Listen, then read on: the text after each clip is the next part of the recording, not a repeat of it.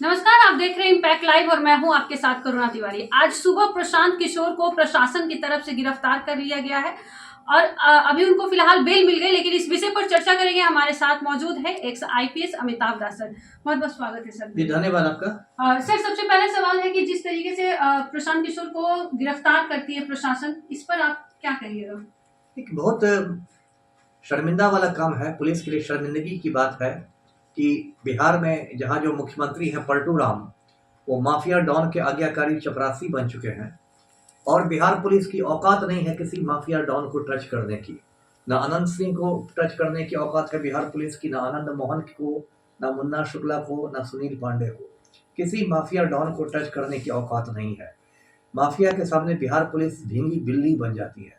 लेकिन यही पुलिस जो शांतिपूर्ण प्रदर्शन कर रहे शिक्षित बच्चे हैं, जो बिहार का युवा है, बिहार का भविष्य है, उस पर एकदम भूखा शेर बन के टूटती है।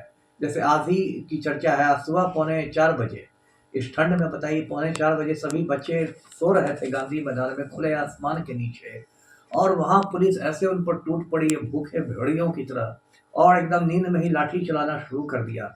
ये सब बहुत शर्म की बात है। कहते हैं ना कि ये जो गुंडागर्दी है इसके पीछे वर्दी है, तो लोग वर्दी पहन के यदि गुंडागर्दी करने लगे तो इससे खराब बात हो नहीं सकती है। देखिए, प्रशांत किशोर 2 तारीख से बैठे हुए थे आमरण अनशन पर, 2 जनवरी से गांधी मूर्ति के नीचे। आज चौथा दिन उनका था।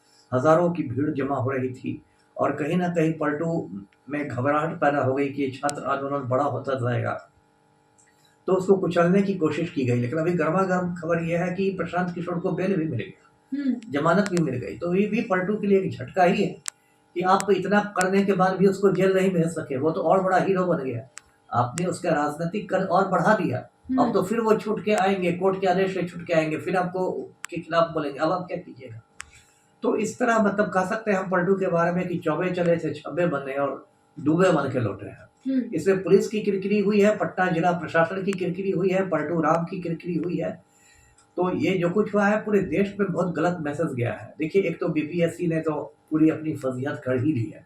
अभी जो पुनर्परीक्षा हुई बीपीएससी की 4 जनवरी को, उसमें मैं देख रहा था प्रश्न पत्र, तो मैंने सर पीट लिया। उसमें कई प्रश्न जो है वो बिल्कुल गलत है।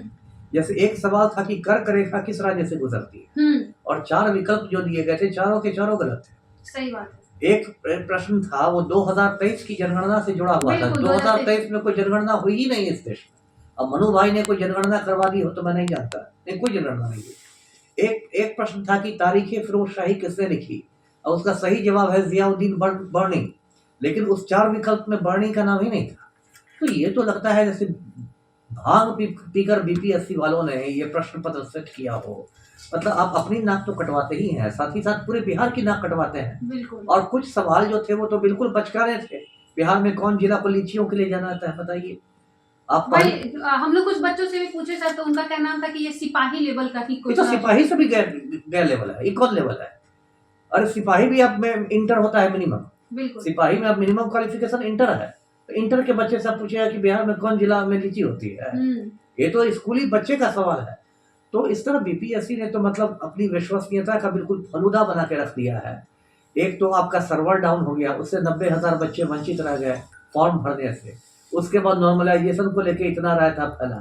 उसके बाद बापू परीक्षा केंद्र में इतना हंगामा हुआ है ना, उसमें आपको 18,000 बच्चों की दोबारा परीक्षा लेनी पड़ी। उसके बाद आपने ऐसे ऐसे मतलब विदूषक वाले सवाल सब किए। अब क्या बचा? देखिए, इन लोगों ने, मुझे इस बात का दुख है कि ये लोग अपनी नाक तो खैर कटवा ही रहे हैं, अपनी इन लोगों को चिंता भी नहीं है, लेकिन पूरे हिंदुस्तान में इन लोगों ने बिहार का एक मतलब मजाक बना के रख दिया है। और पलटू राम देखिए, कुछ इनको मतलब ही नहीं। प्रगति यात्रा पर किसकी प्रगति होगी? जो बिहार का युवा है वो लाठियां खा रहा है, पढ़े लिखे बच्चे लाठियां। अभी सुबह में मतलब मुखर्जी नगर से फोन किया था बच्चों ने, दिल्ली में जो बिहारी बच्चे पढ़ाई करते हैं कि सर हम लोग क्या करें, हम लोग को तो एकदम मतलब मनोबल हमारा टूट गया है, कहाँ हम लोग जा रहे हैं। तो ये प्रगति यात्रा पर कौन प्रगति यात्रा, किसकी प्रगति हो रही? माफिया की प्रगति हो रही है क्या? जो भी हो रहा है बहुत गलत है। लेकिन देखिए, एक बात ये भी है कि इन सब करने से ये छात्र आंदोलन और मजबूत होगा। देखिए, दिसंबर महीने में देखिए 3 बार लाठीचार्ज हुआ बच्चों पर। सही बात है। 6 दिसंबर को हुआ, 25 दिसंबर को हुआ, 29 दिसंबर को हुआ। 29 दिसंबर को तो वाटर कैनन सब छूट गया, तब भी क्या आंदोलन खत्म हुआ? नहीं खत्म हुआ। तो जो गलतियां नरेंद्र मोदी ने की थी किसान आंदोलन को लेकर, कि एकदम कुचलने की कोशिश की, लेकिन 13 महीने तक किसान डटे रहे और अंत में मोदी को झुका दिया। वही गलतियां रिपीट कर रहे हैं पलटू राम छात्र आंदोलन को लेकर। तो जो कुछ हुआ है ये बहुत दुर्भाग्यपूर्ण हुआ है, और फिर मैं बच्चों की सराहना करता हूं कि उन्होंने अभी तक आंदोलन को एकदम शांतिपूर्ण बनाए रखा है। कोई तोड़फोड़ नहीं, कोई आगजनी नहीं, कोई भड़काऊ नहीं भाषण। गांधीवादी सत्याग्रह उन्होंने किया, इसके लिए बहुत उनकी तारीफ की जानी चाहिए, जबकि सरकार ने अपनी ओर से प्रवोक करने की पूरी कोशिश की है। बिल्कुल सर। अच्छा, एक सवाल और है सर कि जैसे जेपी आंदोलन के ही तहत से कहा जाता है कि पलटू राम का उदय हुआ था, नीतीश कुमार और लालू यादव जैसे कई ऐसे नेता हैं जो हमारे बिहार में उभर कर सामने आए, तो क्या इनको डर हो गया है कि ये जेपी आंदोलन 2.0 है प्रशांत किशोर का? प्रशांत किशोर वही कुछ लग रहा है। देखिए 74 में जो जेपी आंदोलन हुआ था, जेपी के नेतृत्व में छात्रों का आंदोलन, ये पलटू राम उसी की उपज है। और ये जानते हैं कि युवा शक्ति बहुत बड़ी शक्ति होती है, युवाओं को आप कमजोर नहीं समझिए। तो इनको लग रहा था कि कहीं उसी का जो आपने कहा जेपी आंदोलन 2.0 यदि हो जाएगा और 10 महीने बाद बिहार में चुनाव है तो इनकी तो मतलब मिट्टी पलीद हो जाएगी। तो कहीं ना कहीं इनकी बौखलाहट झलक रही है, लेकिन बौखलाहट में इन्होंने जो काम किया है ना, वो तो मतलब समझिए कि अपने पैर कुल्हाड़ी मार ली है, और ये लोगों को मतलब प्रवोक कर रहा है। और मैं बार बार बोलता हूँ, सभी चैनलों पर बोलता हूँ कि बेरोजगार को आप कमजोर नहीं समझिए, वो बेरोजगार तो है ही, लेकिन साथ में मतदाता भी है। बिल्कुल। तो 18 साल की उम्र में लोग मतदाता हो जाते हैं, तो सारे बेरोजगार यदि एक हो गए तब तो मुख्यमंत्री को बेरोजगार बना देंगे। जी, ये बात समझनी चाहिए पलटू। अच्छा, प्रशांत किशोर लगातार आमरण अनशन पे 4 दिन से बैठे सर, उसमें मेरा ये सवाल है कि प्रशांत किशोर अभी तक डटे हुए हैं कि मुझे कोई हटा नहीं सकता है। गांधी मैदान में अचानक से जो प्रशासन आती है, फिर गांधी मैदान अभी सूना पड़ गया। अभी मैं वही खबर करके आ रही हूँ कि प्रशांत किशोर को बेल मिल गया, वहां पे भी गेट नहीं प्रशासन खोल रही थी कि कोई उनके समर्थक अंदर जाए सिविल कोर्ट के अंदर।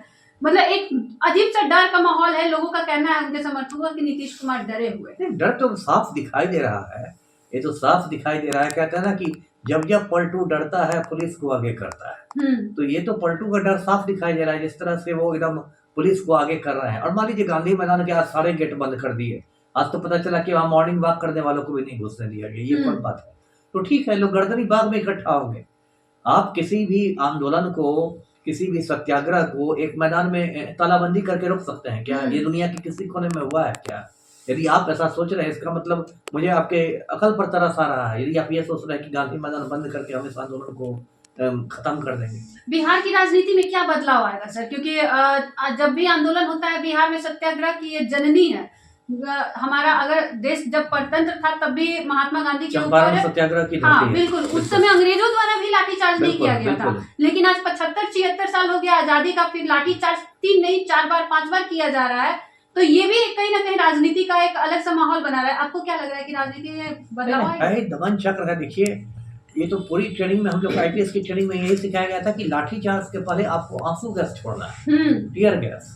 अब तो बिहार में मुझे लगता है कि आरटीआई में मुझे पूछना पड़ेगा कि भाई बिहार पुलिस के पास आंसू गैस का भंडार है भी कि नहीं है। ये तो सीधे लाठी पर उतारू हो जाते हैं, जबकि ये नहीं है, ये प्रक्रिया नहीं है। पहले आपको आंसू गैस छोड़ना है, तब लाठियां चलानी है, तब गोलियां चलानी है ना। लेकिन बिहार में तो उल्टी गंगा भरी, हम सीधे लाठी चलाएंगे। अरे आंसू गैस भी आपके पास है कि नहीं है? तो देखिए, राजनीति तो करवट लेगी ही लेगी। और जब भी देखिए कोई किसी का अहंकार बहुत बढ़ जाता है, किसी के पाप का घड़ा भर जाता है, तो होता ही। अभी देखिए कुछ महीने पहले बांग्लादेश में क्रांति हो गई, हमारा पड़ोसी देश है।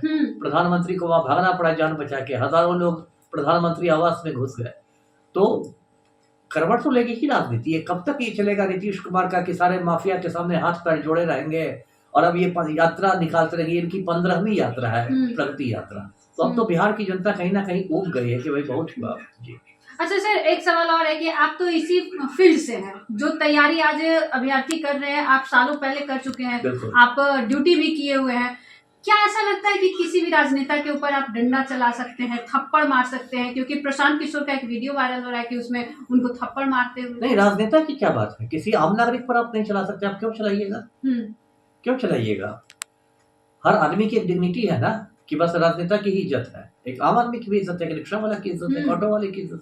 अब क्यों बिना बात के थप्पड़ चलाइएगा? सबसे दुख की बात है कि ये थप्पड़ चलाने वाले वो लोग होते हैं जिनकी माफिया के सामने जिनकी घिघी बन जाती है ना। इन्हीं को कहिएगा। मैं सिपाही हवलदारों की बात नहीं कर रहा, मैं बिहार के आईपीएस अधिकारियों की बात कर रहा हूँ। उनको कहिए कि बड़े बड़े माफिया पर लपड़ थप्पड़ चलाओ तो सब घुस जाएंगे एकदम चुहा के बिल में। तो किसी को कमजोर समझ के लिए आप लपड़ थप्पड़ चला रहे हैं तो बहुत शर्म की बात है। यदि आप या हो सकता है प्रशांत किशोर पर आपको इसलिए थप्पड़ चला, आपको लगता हो कि इससे जो मेरे आका है पलटू राम वो खुश हो जाएंगे। अरे खुश होके क्या करेंगे, वो आपको अमेरिका का राष्ट्रपति बना देंगे, है ना।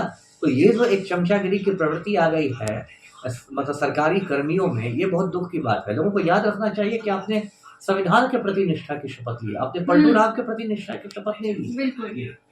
देखिए बिहार की राजनीति में क्या कुछ करवट आता है। प्रशांत किशोर की बेल हो चुकी है, लेकिन इस बार जो विधानसभा चुनाव है, इस बार क्या होता है विधानसभा चुनाव में, आप भी हमारे साथ साझा कर सकते हैं कमेंट करके। देखते रहिए इम्पैक्ट लाइन। धन्यवाद।